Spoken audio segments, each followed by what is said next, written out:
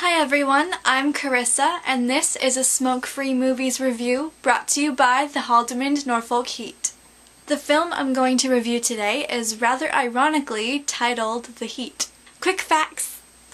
The Heat opened in theaters on June 28, 2013 and received an Ontario film rating of 14A.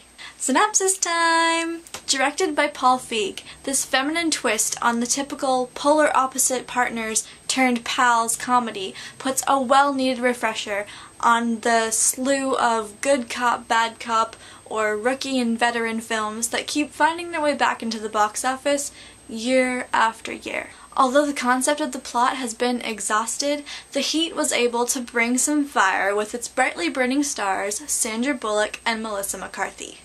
Bullock plays Sarah Ashburn, a by-the-book, clean-spoken FBI agent who is eager for new heights in her career, but finds herself working a narcotics case in Boston, and closely involved with Detective Shannon Mullins, played by McCarthy. A match that neither woman is very keen on. The film follows the action and antics as this hilariously complimentary couple work to take down a merciless drug lord. Let's get critical, critical.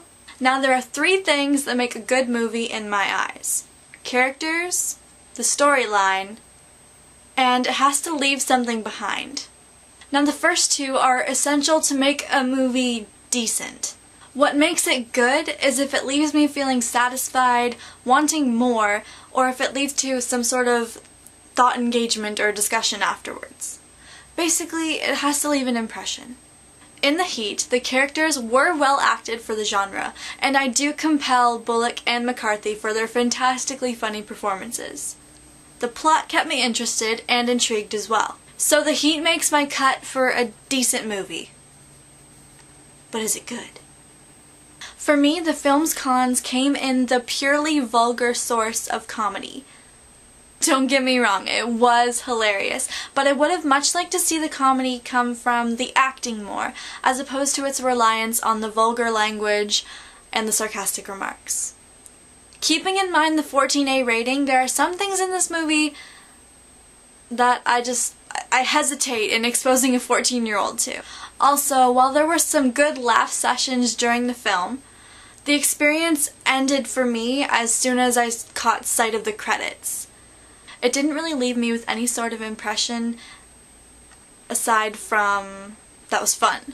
Which, don't get me wrong, that's a really good impression, but I look for something more in my movies and this one didn't really cut it for me, so it came close to being good, but no cigar.